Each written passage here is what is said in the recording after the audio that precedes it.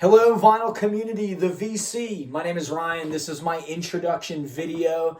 I've been an avid watcher of so many different channels on the VC, and I finally decided to muster up the courage to start making my own videos, show you the things that I've collected, what I like, and the things that I'm picking up every week. So thank you for watching, but most importantly, thank you for making your videos, because this community has turned me on to things that I'd never heard, or things maybe I wouldn't even have given a chance to. So I really appreciate it, and it's awesome to be a part of it. So cheers.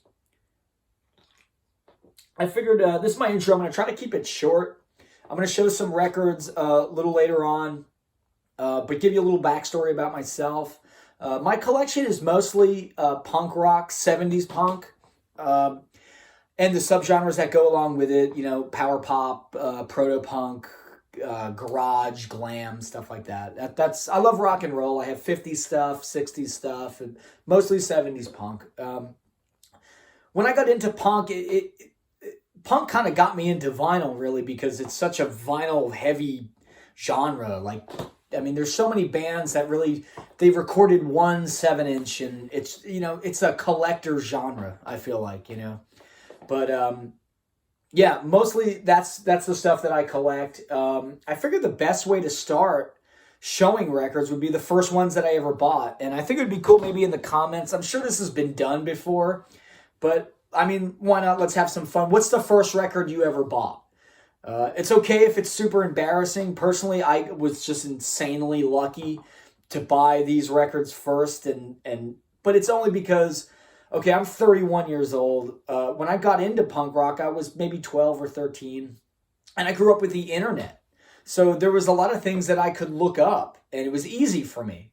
And I'm so happy for that. But respect to the old heads, man. I mean, the way you guys found this stuff, and it's unbelievable. It speaks to the spirit and the strength of the music, and I think it's so cool.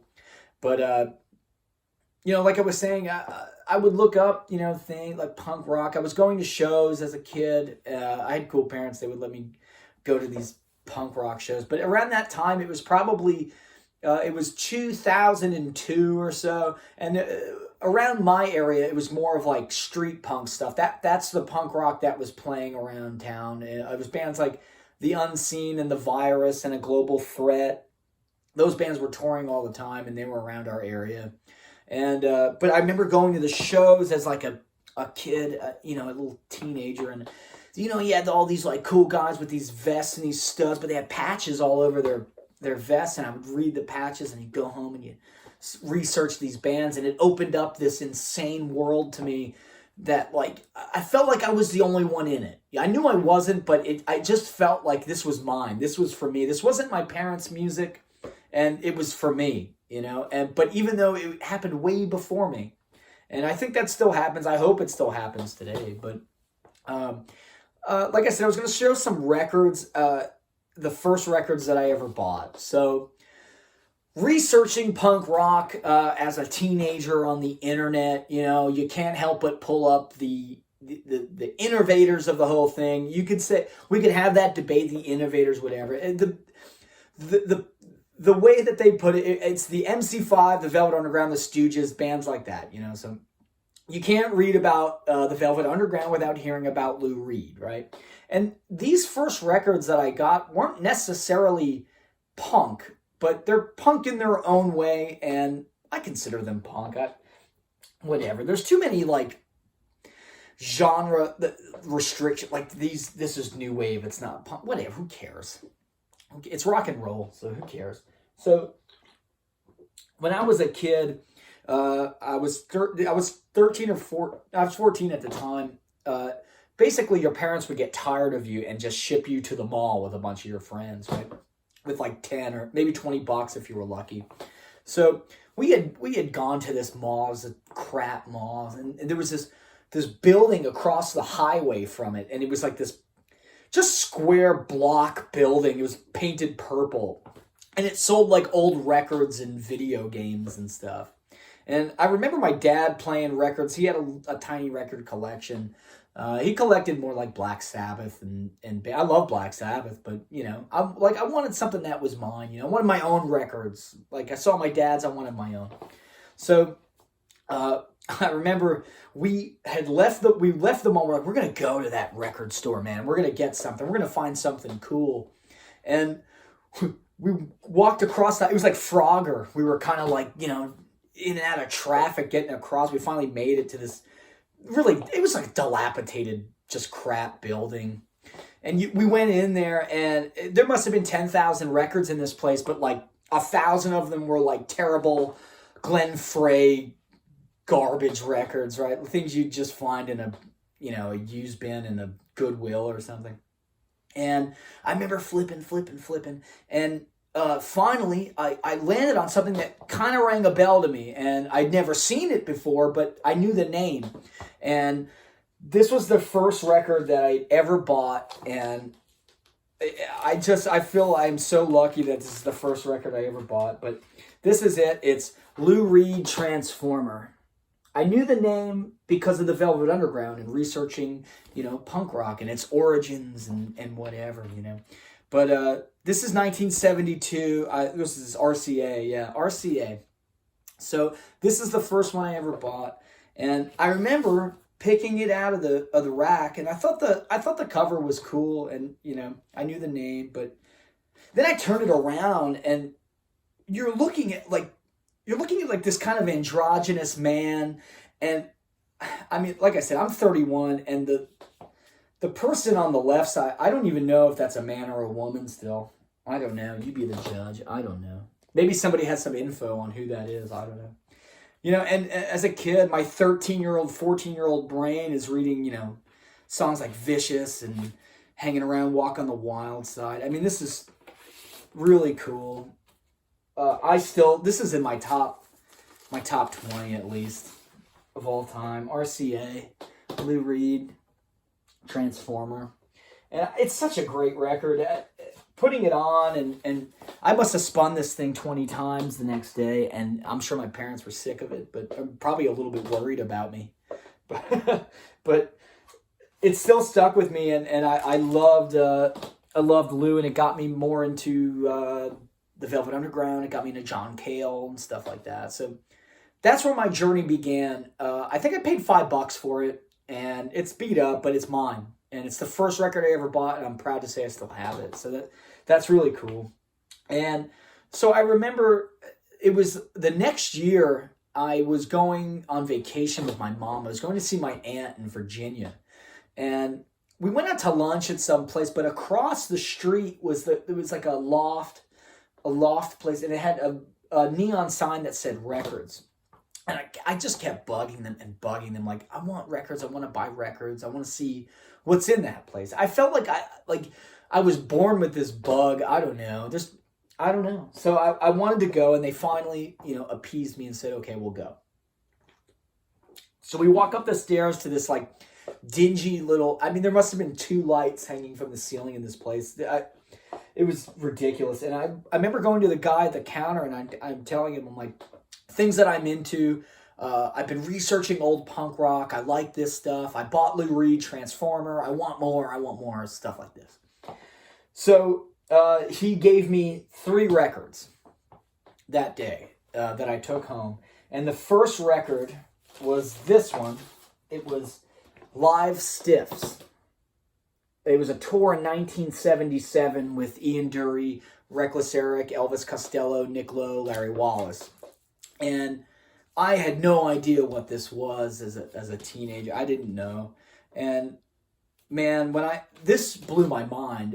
And this is a great live record, but what was the best was not even what was on it, it's what it opened me up to. Like, I was opened up to stiff records at that point. I got to start researching that, and I got to find out about the Damned and the Adverts and Richard Hell and the Plasmatics and all kinds of, off-the-wall crazy stuff. Not let alone, like, the guys, I forgot to mention Reckless Eric on this tour. I love Reckless Eric. Amazing stuff, man. And that guy, man, I wish I could remember who he was or, like, what the store was. I'd give him a shout-out. But that guy sent me on an adventure that I'm still on as a 31-year-old. But yeah, this is amazing, man. Larry Wallace Police Car.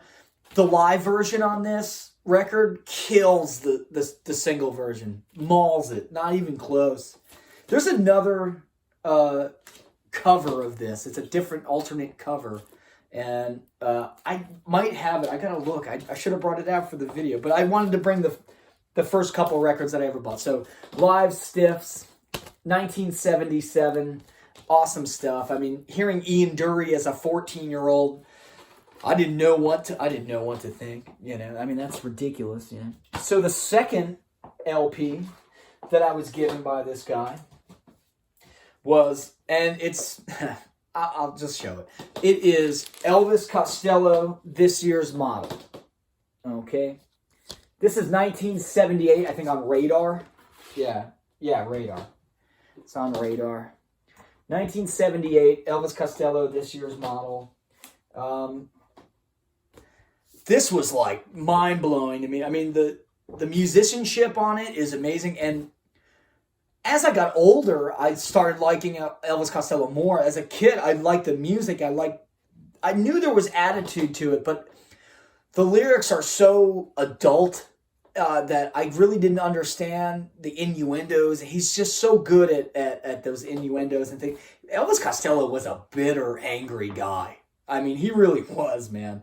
And that was when he was at his best. I mean, so this is my favorite Elvis Costello album just because it's the first one I ever got. But I love it, man. There's not a bad song on this. It's No Action, Pump It Up, You Belong to Me, Hand in Hand.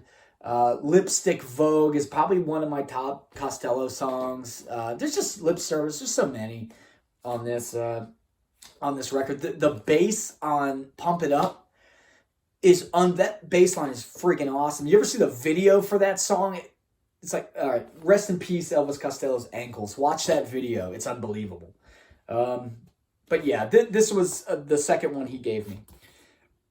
So thanks to Record Store Clerk Guy. So the third record that he gave me, I still love to this day, and it turned me on to a bunch of different stuff. It was The Only Ones, Baby's Got a Gun. Okay, you can see on the back, I paid $7.99 for it. It's beat up. It's got a split on the bottom, but it's mine. It's one of the first records that I ever got. So I was so pumped, and I still have it. I love it, man. This is such a great album. This is 1980. I think the European version came out on CBS. This is Epic. This is the American version. Great record, man. This was like, so the musicianship is amazing. John Perry is the guitar player. I love his work. Peter Parrott, the lead singer, has got a vocal style all of his own. It's kind of like a droning, there's some dark shit on this album, man, but hidden with like great pop hooks and stuff like these. To me, this is punk, but it's just great pop songs, really well written rock songs. Happy Pilgrim, Why Don't You Kill Yourself? Me and My Shadow, that's like a really like a Bo Diddley kind of jungle beat. It's really, it's awesome, man. Oh Lucinda is probably my favorite song on the album. But yeah, The Only Ones, Baby's Got a Gun, that was the last record that he gave me. So those were my first 4 records that I ever got. And I'm just really lucky. I'm just really lucky. I would love to hear what everybody else's first records you ever bought. And this kind of shaped me. I still love these records, but I've branched out into totally, other stuff too, It's just a giant world, and it's a never-ending rabbit hole of stuff. So, those were the first records I ever bought. That was the start of my collection. I've gotten close to 4,000 now. I'm big into collecting singles as well. Like I was saying before, punk is such a vinyl-heavy genre that it's almost endless, the stuff you can collect, and the subgenres that go along with it. And I don't mean to keep rambling. I think I'm at almost 15 minutes now, so I'm going to wrap it up. I just want to say there's a couple channels that I love on here, and I wanted to give a shout out to. I like the Metal Theologian. I like Mazzy. But the one guy who really, whose videos I love and whose videos really made me want to start my own. I saw he had a video, it was like his 100 favorite punk LPs. And I saw it and I was like, oh, yeah, I'm going to make my own too. I'm going to make a video of my own. I'll show you mine. But it's Vinyl Richie. Vinyl Richie, cheers to you. He usually drinks like Grolsch or something. I stick to the American piss water. But yeah, his videos, I love them. He's got great taste, and he even opened me up to stuff that I'd never heard. And so thank you for watching the video. This is my first one. It's my introduction, and there's going to be many more to come. Thanks again, and I'll see you soon. Bye-bye.